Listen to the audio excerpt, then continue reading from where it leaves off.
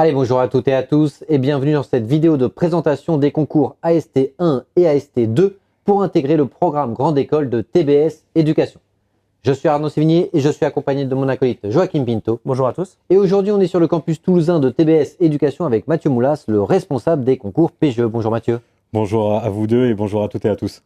Mathieu, durant une vingtaine de minutes, on va donner l'ensemble des informations nécessaires pour bien réussir ce concours et de notre côté, on communiquera des conseils de préparation aux candidates et candidats qui nous écoutent.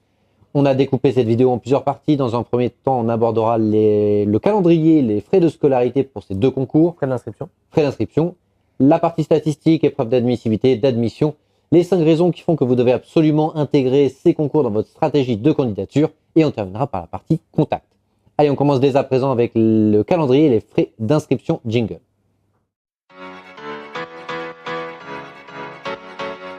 Alors Mathieu, on va commencer, si vous le voulez bien, par le concours AST1. Petit rappel pour ceux qui nous regardent, le concours AST1, il est à destination des Bac+2 et il vise à une intégration du programme Grande École de TBS Éducation à partir de l'année de L3. Pour ces étudiants-là qui sont en AST1, la date à retenir d'inscription en ligne limite, Mathieu, c'est le 11 avril 2023. Exactement. On est bien d'accord là-dessus. En revanche, il y a des petites latences qui sont acceptées pour les passations du test tâche 2, on peut aller jusqu'au 15 avril, et du test d'anglais, on va dire du TOEIC, puisque c'est ce que va passer la majorité des candidats, et là, on peut aller jusqu'au 25 avril. Mathieu, il y a des sessions qui sont organisées par TBS, des sessions de tâche 2. Est-ce que vous pouvez nous en dire un peu plus? Une à Toulouse, une à Paris? Oui, tout à fait. Alors, on travaille avec la FNEJ, l'organisme qui organise les sessions de tâche 2, et on organise des sessions dédiées à nos candidats le 29 mars sur le campus de Toulouse et le 5 avril sur le campus de Paris. Et effectivement, comme vous l'avez bien dit, Joachim, le dossier à remplir, la deadline, c'est le 11 avril, et vous pouvez le finir avant même d'avoir passé vos TAGE ou vos TOEIC. Et c'est pour ça qu'il y a des délais complémentaires pour ces deux tests-là afin de pouvoir récupérer vos notes. Très clair, on précise que seuls les étudiants qui sont inscrits au concours de TBS ont accès à ces sessions que vous organisez. Ce qui est important de préciser, c'est que le score de tâche 2 pour les AST1 ou de tâche MAJ pour les AST2 durant ces sessions-là peuvent être réutilisés pour d'autres concours ou d'autres écoles. Oui, tout à fait. Comme le fait que certains candidats vont passer leur tâche 2 dans d'autres conditions, nous récupérons le score auprès de la FNEJ. Donc sur ça, pas d'inquiétude. Peu importe où vous allez passer votre tâche 2, il sera valable pour toutes les candidatures que vous allez présenter cette année. Parfait. Rappelons que l'école prend toujours pour le tâche 2 et pour le tâche MAJ le meilleur score. Donc n'ayez pas peur de candidater. On va passer à la slide suivante qui va du coup concerner toujours les AST1, mais cette fois-ci plutôt les épreuves d'admissibilité, enfin en tout cas les résultats et les épreuves d'admission. Mathieu, les résultats d'admissibilité, on est aux alentours de début mai. C'est ça, ce sera globalement la semaine du 8 mai. Parfait. Dans la foulée, on va avoir des prises de rendez-vous pour choisir son créneau. Et ensuite, on va avoir une date de passation entre mi-mai et le 1er juin, c'est ça? C'est ça. Les oraux auront lieu du 16 mai au 1er juin sur le campus de Toulouse pour les étudiants AST1. Parfait, avec d'éventuelles dérogations potentiellement pour ceux qui ne peuvent pas se rendre sur le campus pour passer leurs oraux? Effectivement, si vous êtes en stage à l'étranger ou hors du territoire métropolitain, vous pouvez passer les oraux en distanciel. Si jamais vous êtes bloqué dans votre entreprise ou autre, contactez-nous et on traite les autres cas au cas par cas. Au cas par cas. Résultat d'admission le 16 juin pour les étudiants AST1 qui nous regardent. Mi-juin. Mi-juin, pas encore la date exacte. Pardon, mi-juin, je suis resté sur le 16 mai. Mi-juin pour les étudiants. La slide suivante va s'afficher. Les étudiants AST2 qui nous regardent, donc qui visent une intégration en M1, parce qu'ils disposent d'un Bac+3 ou Bac+4 ou Bac+5. Ces étudiants-là, ils vont avoir les mêmes modalités. D'abord jusqu'au 11 avril pour les inscriptions en ligne, ça vous l'avez rappelé Mathieu. Ensuite, la date limite de passation du tâche MAJ, le 15 avril. Et enfin, la date limite de rendu du test d'anglais, le 25 avril. Pareil des sessions de tâche MAJ qui sont les mêmes jours que les sessions de tâche 2, sauf que le tâche MAJ, la petite différence, c'est que c'est l'après-midi. Ce sont les mêmes dates sur les mêmes campus. Donc 29 mars à Toulouse sur le campus et 5 avril à Paris sur le campus. Et si je peux juste rajouter une petite précision sur ceci, pour les étudiants qui seraient en Espagne et particulièrement à Barcelone, on organise une session de tâche MAJ uniquement, donc tâche MAJ, pas tâche 2, le 29 mars à Barcelone aussi. Incroyable. La slide suivante va s'afficher, donc c'est la suite tout simplement du calendrier. Résultat d'admissibilité début mai, la semaine du 8 mai, donc ça va être le 8, 9, 10 mai. Puis réservez directement votre rendez-vous pour passer vos épreuves orales en présentiel, soit sur le campus de Toulouse ou sur le campus de Paris, donc qui est situé dans le 15e arrondissement, donc facilement accessible, intramuros. Vous avez l'opportunité de le passer aussi à distance si vous êtes hors des frontières France métropolitaine ou si jamais vous êtes en stage à l'international, par exemple. Donc la précision d'Arnaud, Mathieu, sur le campus de Paris pour passer ses euros, c'est valable que pour les AST2, qu'on soit bien clair. Et effectivement, il y aura 2 jours de session d'euros à Paris, le 31 mai et le 1er juin. Donc les créneaux, toute la période. Les créneaux vont, à mon avis, être très rapidement bookés. Donc dès que vous avez vos résultats d'admissibilité, vous réservez directement votre créneau sur le campus de Paris si vous êtes en région parisienne, parce que ça va partir très vite. À présent, Mathieu, on va aussi parler des frais d'inscription. Donc la slide va s'afficher, c'est un point très important. Concernant les boursiers, peu importe leur échelon Crous, de 0 à 7, vous confirmez que c'est 100% gratuit pour s'inscrire au concours. Exactement, les frais de candidature à TBS Éducation sont gratuits pour les étudiants boursiers à partir du moment où ils ont une attestation de bourse du Crous de l'échelon 0 à l'échelon 7. Ensuite, les candidats doivent quand même passer de leur côté le TAGE, TAGE 2 ou TAGE MAGE et les tests d'anglais. Mais les frais de dossier pour TBS sont gratuits pour les étudiants boursiers. Parfait. Et pour les non-boursiers, ça se passe comment? C'est 80 €. Parfait. Qui sont des frais fixes, qu'on soit admissible ou non, il n'y a pas de supplément pour les euros. Voilà, c'est ça, il n'y a pas de supplément pour les euros. C'est des frais de candidature globaux. Une fois que vous avez payé ça, il n'y a pas de surcoût pour venir passer les épreuves orales si jamais vous êtes admissible.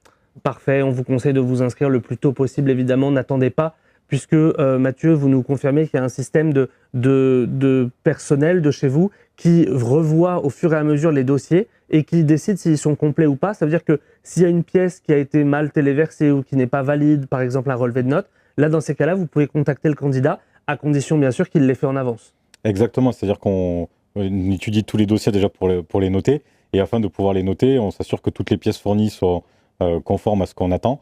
Et donc, si effectivement il y a un relevé de notes qui n'est pas le bon parce que vous avez mis 2 fois le même par inadvertance ou des choses comme ça, on revient vers vous afin de vous permettre de corriger ceci. Donc, n'attendez pas le dernier jour parce que ce sera trop tard si jamais il vous arrive ces mésaventures. Parfait, okay. Merci Mathieu. On va à présent passer à la partie suivante, à savoir la partie statistique. Jingle.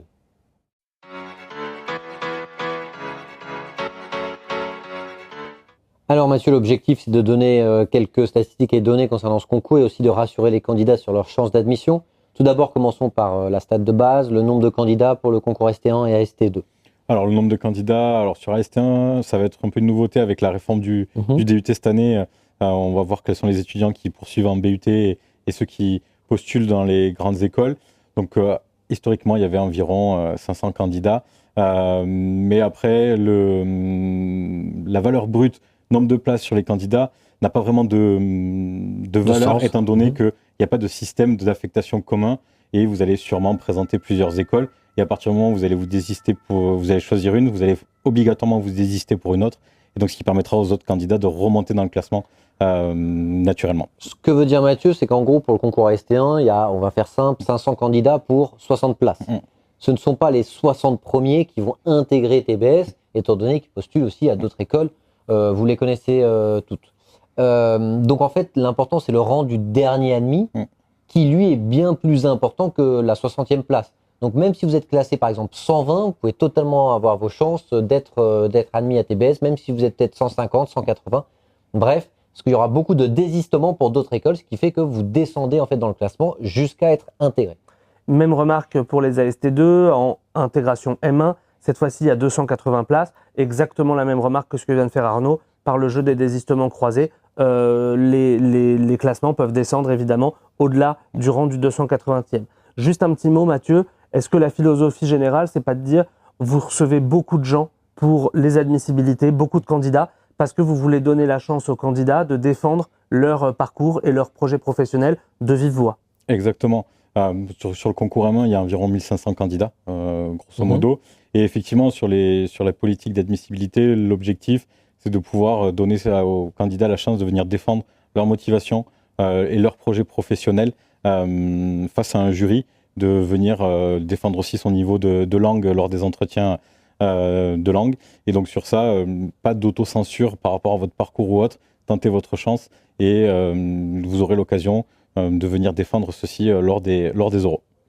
Parfait. Et ensuite, les cartes, elles sont rebattues lors des oraux, à la fois par le jeu des coefficients qu'on va évoquer juste après, et à la fois par le fait qu'à l'oral, on peut avoir vraiment des excellentes notes et donc qui permettent de compenser un éventuel retard. Donc on peut être admissible un peu ric-rac, Donc ne vous censurez pas. Et derrière, un bon oral et ça vous repropulse dans les potentiels admis. Donc ne vous censurez pas, candidatez et vous verrez ce que ça va donner après.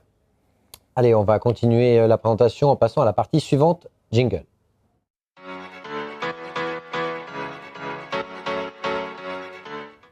Alors les épreuves d'admissibilité, on a commencé à les évoquer, on va entrer un peu plus dans le détail avec cette fois-ci les coefficients. Qu'on soit AST1 ou AST2 Mathieu, il y a 15 coefficients qui sont répartis. Le tâche 2, tâche mage pèse pour un coefficient 5. Le test d'anglais, on parle souvent du TOEIC, mais vous allez nous dire s'il y a des distinctions de notation par exemple, entre le TOEIC, le TOEFL, l'IELTS, le Cambridge, le Duolingo. Là, on est sur du coefficient 4. Et enfin, le dossier, vous allez nous dire ce qu'il y a dedans. On est coefficient 6, donc vous aurez compté, ça fait bien un total de 15. Exactement, donc sur cette partie qu'on appelle écrite, qui va définir l'admissibilité, le dossier est coefficient 6. Donc, quels sont les éléments du dossier? En fait, ça retrace tout le background de l'enseignement supérieur des candidats, avec notamment leurs 3 derniers bulletins de notes et également une partie CV. Donc nous, on analyse tous ces aspects-là et on va attribuer une note à ce dossier. Donc ça, c'est coef 6. Ensuite, il y a le tâche 2 ou le tâche mage, c'est coef 5. Donc on récupère vos scores auprès de la FNEJ et ensuite on convertit cette note sur 20. Et la même chose pour le test d'anglais. On accepte plusieurs typologies de tests d'anglais, TOEIC, TOEFL, IELTS, Cambridge, Duolingo. Donc on a des systèmes de correspondance en fonction des tests et on prend votre note qu'on convertit sur 20. Donc en fait, au final, on a 3 notes sur 20 qui font une moyenne avec les coefficients que vous venez de citer pour classer les candidats. Mais il n'y a pas, qu'on soit bien clair, de test préféré en termes d'anglais. Comme vous laissez le choix entre les tests, l'étudiant prend celui qu'il préfère, c'est ça? Exactement, celui qu'il préfère ou celui que son établissement précédent lui permet de passer. C'est pour faciliter la vie au candidat. Si dans votre formation actuelle, vous passez l'IELTS, ben en fait, comme ça, vous pouvez mettre l'IELTS et vous n'êtes pas obligé de passer un TOEIC, par exemple, ou inversement. Donc, c'est pour faciliter la vie des candidats. Est-ce qu'il y a des scores minimum requis, que ce soit en anglais ou en test de logique? Non, il n'y a pas de score minimum requis, comme je viens de le dire. En fait, on prend vos notes et on la convertit ensuite sur 20 en fonction de la note brute et aussi des résultats des autres candidats. Donc sur ça, il n'y a pas de note minimale requise pour postuler. Et donc ce qui est très intéressant dans ce que vous dites, Mathieu, c'est qu'il y a un jeu qui peut s'instaurer, un jeu de vase communicant, c'est-à-dire que, comme vous l'avez dit, il y a le coefficient et la note qui est mélangée avec les autres, et donc un bon dossier peut compenser un peu moins bon tâche de tâche mage, ou un bon test d'anglais peut compenser un peu moins bon dossier. Donc encore une fois, ne vous censurez pas, parce que vous ne savez pas ce que vont donner les autres candidats, vous ne savez pas comment va être interprété votre dossier, et vous ne savez pas quelle note vous aurez sur 20 avec le test. Donc c'est seulement en candidatant que vous en aurez le cœur net. Et on n'a pas parlé, on en reparlera plus tard dans la vidéo aussi, mais les frais d'inscription, ils sont très limités et donc même gratuits pour les boursiers. Et donc c'est intéressant pour les candidats de tenter leur chance et d'avoir potentiellement une bonne nouvelle à la fin.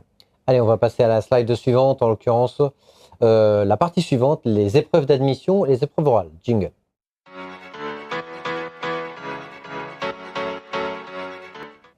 Alors Mathieu, on va passer aux épreuves d'admission que les étudiants appellent parfois les épreuves orales ou alors les oraux au sens large. Alors là, pour le coup, il y a un petit différentiel entre les AST1 qui, eux, vont avoir une LV2, coefficient 2, vous allez nous en parler, l'anglais, coefficient 4, et l'entretien de motivation, coefficient 9. On est bien sur un total de 15, ce sera le cas pour les AST2 aussi, mais là, on a de la LV2 en plus. Exactement, sur le concours AST1, donc pour les étudiants de Bac+2, 3 épreuves lors des oraux, l'entretien de motivation, coef 9, l'entretien d'anglais, coef 4, et une LV2, coef 2. Parfait. On reviendra juste après sur les modalités de la LV1 et LV2 qui sont identiques. Et après, vous nous donnerez des petites informations sur l'entretien individuel, qu'on appelle aussi l'entretien de motivation. Pour les AST2, donc qui visent une entrée en Master 1, il n'y a pas de LV2. Donc, il y a un entretien individuel coefficient 10 et un entretien d'anglais coefficient 5. Donc, dans les deux cas, on a bien 15 en tout, mais ce n'est pas la même répartition puisqu'il n'y a pas de LV2. Exactement. Alors, un petit mot, comment ça se passe? On va commencer par LV1, LV2, c'est le même fonctionnement. Comment ça se passe? Alors, dès que vous allez recevoir votre admissibilité sur la plateforme candidat TBS Apply, vous allez avoir une liste de thèmes en fonction de votre langue qui vous sera donnée. Donc, il y aura 10 thèmes à chaque fois. Vous allez en choisir un que vous allez préparer à la maison avant de venir nous rencontrer lors des oraux. Donc, vous devez préparer ce thème-là. Donc, c'est des thèmes soit de culture générale ou économique ou d'actualité, ce qui concerne le pays. Donc, sur l'anglais, l'espagnol, l'allemand, l'italien, etc. Et donc, vous devez préparer une présentation de 10 à 15 minutes. Et ensuite, il y a 5 à 10 minutes de questions-réponses avec le jury de langue pour examiner au global votre capacité à communiquer, à vous exprimer dans la langue en question, Le test d'anglais lors du dossier écrit permet de savoir votre compréhension et la partie écrite. Et l'oral permet de voir votre capacité à vous exprimer dans la langue en question. Parfait. Et les conseils qu'on peut d'ores et déjà commencer à vous donner, c'est n'écrivez pas trop, ne rédigez pas tout. Parce que si vous rédigez tout, vous allez vous retrouver à lire un texte qui ne va pas laisser transparaître d'échanges avec le jury. Et donc, ça va être compliqué pour le jury de mieux comprendre et de mieux voir si vous êtes capable d'échanger, que ce soit en LV1 ou en LV2. La liste des LV2 étant disponible sur le site de TBS Éducation. L'entretien individuel, coefficient 9 pour les AST1, coefficient 10 pour les AST2, c'est un entretien classique, un échange avec 2 jurés, c'est ça Mathieu? Exactement. Donc on va se servir de base du CV que vous avez téléchargé dans votre dossier de candidature. Le jury aura accès au moment de l'oral et vous allez vous présenter rapidement, vous présenter votre parcours, quelles sont vos expériences, pourquoi vous voulez intégrer TBS. Et sur la base de votre présentation et de votre CV, le jury va vous poser des questions et entamer une discussion. Ça dure au total 20 minutes. Et l'objectif, c'est de pouvoir déceler chez nous, chez le candidat, est-ce qu'il a un projet professionnel cohérent avec ce que propose TBS Éducation en termes de cours? Est-ce que s'il intègre l'école, demain, ce sera un bon étudiant en cours? Est-ce qu'il sera proactif dans son investissement dans l'école, notamment à travers les associations? C'est un petit peu le même cheminement qu'un entretien de recrutement professionnel entre les étudiants d'AST ont souvent fait des stages, donc ils ont passé des entretiens pour être stagiaires ou alternants. Et c'est un petit peu la même philosophie que trouver son entreprise. Là, l'idée, c'est de trouver son école et l'école de trouver un étudiant qui se sentira bien et qui pourra être un très bon étudiant dans l'école. C'est aussi l'occasion de venir voir les campus. Le campus, vous l'avez dit, de Toulouse, qui va être un peu le vaisseau amiral. Et le campus de Paris, vous avez expliqué les modalités pour les AST2 sur quelques jours.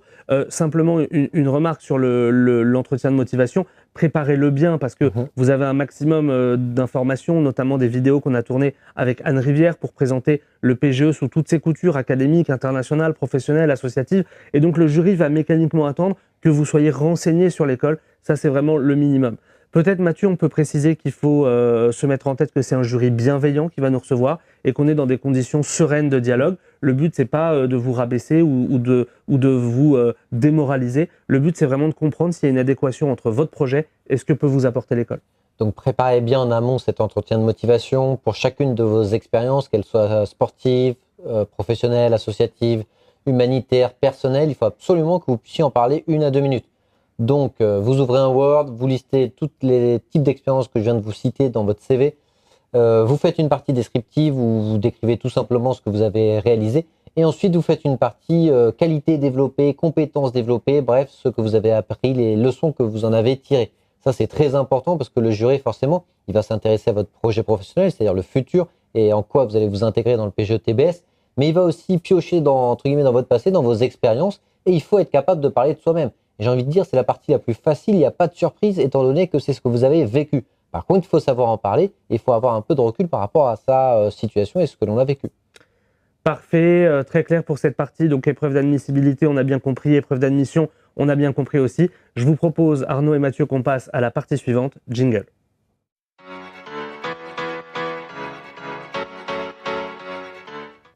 Alors Mathieu, vous avez cité tout à l'heure le site de la candidature, c'est TBS Apply, donc ça c'est vraiment le site sur lequel vous devez vous rendre pour renseigner votre candidature, la renseigner au fil de l'eau, vous n'êtes pas obligé d'avoir votre tâche MAJ ou votre TOEIC ou votre tâche 2 pour candidater, ça pourra se remplir au fur et à mesure, mais on vous a mis en plus de ça des éléments de contact, un numéro de téléphone et une adresse mail pour tous les étudiants qui auraient des questions complémentaires. L'équipe de Mathieu et même Mathieu sont là pour vous aider, pour répondre à vos questions, pour que tout se passe dans les meilleures conditions.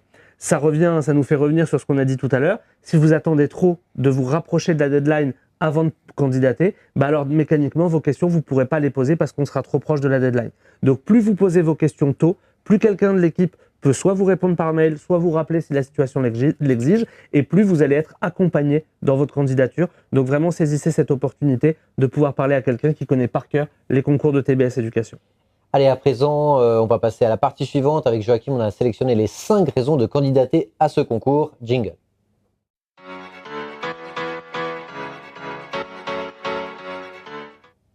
Et on commence dès à présent avec la première raison, à savoir les points forts de TBS Éducation et en particulier de leur PGE. On a tourné avec Joachim et Madame Rivière aujourd'hui même sur le campus de Toulouse les 7 points forts du PGE.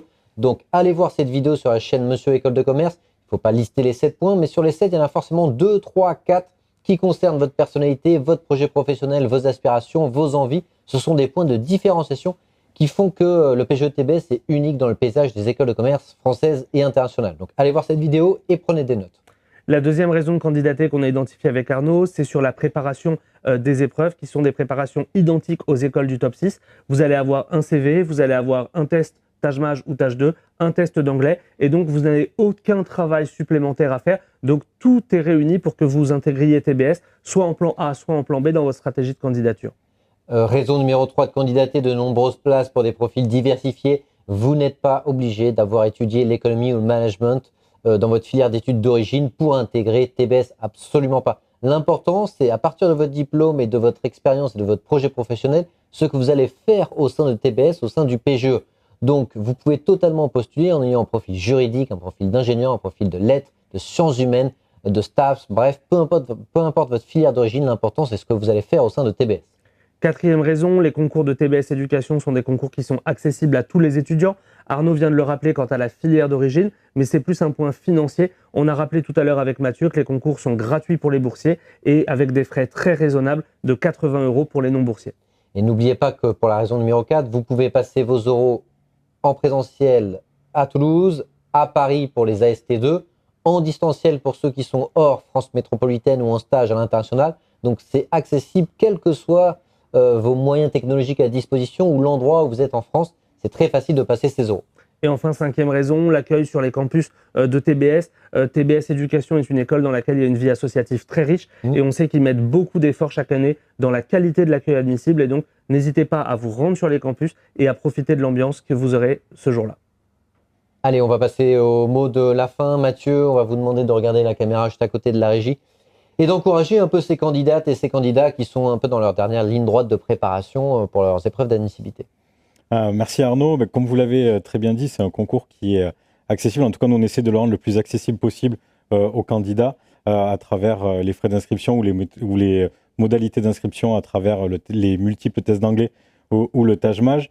Et ensuite, effectivement, lors de l'entretien, c'est le plus gros coefficient de l'oral et de la sélection.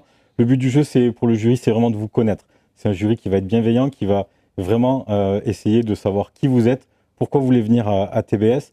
Et pour compléter ce que disait Arnaud tout à l'heure sur les conseils, sur chacune de vos expériences, demandez-vous qu'est-ce que vous avez fait, qu'est-ce que ça vous a apporté, donc quelle qualité j'ai retiré de ceci, et surtout comment je le prouve à travers des exemples concrets. C'est ce qui va créer le storytelling et la proximité avec le jury et vous permettre justement de donner l'impression au jury de mieux vous connaître. Et plus le jury vous connaîtra et plus vous serez convaincant. Et c'est pas rare dans l'ordre des euros d'aller chercher des 18, des 19, des 20, ce qui vous permet de remonter dans les classements. Et ensuite, l'idée, c'est de bien regarder ce que propose l'école. À TBS, il y a de multiples opportunités. Tous les étudiants en M2 suivent un cursus de double diplôme, même si vous êtes en alternance. Donc, vous pouvez allier alternance et double diplôme. Donc, regardez bien les doubles diplômes qui sont proposés et ceux qui correspondent à votre projet. Et aussi, on a évoqué les différents campus à l'international, que ce soit dans les universités partenaires, plus de 140 dans le monde, ou bien sur Barcelone, Casablanca, ou bien le campus de Paris également. Donc, il y aura forcément un parcours qui pourra vous correspondre à TBS Éducation. Donc, pas d'autocensure, donnez-vous des chances, ouvrez-vous des portes, et puis ensuite, le concours fera son œuvre. Parfait, merci Mathieu pour ce mot de la fin très complet. Pour tous ceux qui veulent en savoir plus, parce que Mathieu il a lancé plusieurs pistes de teasing, n'hésitez pas à aller consulter les autres vidéos concernant TBS Éducation, soit sur leur chaîne YouTube, soit sur la nôtre. En tout cas, il y a un maximum d'informations disponibles. Salut à tous. Salut.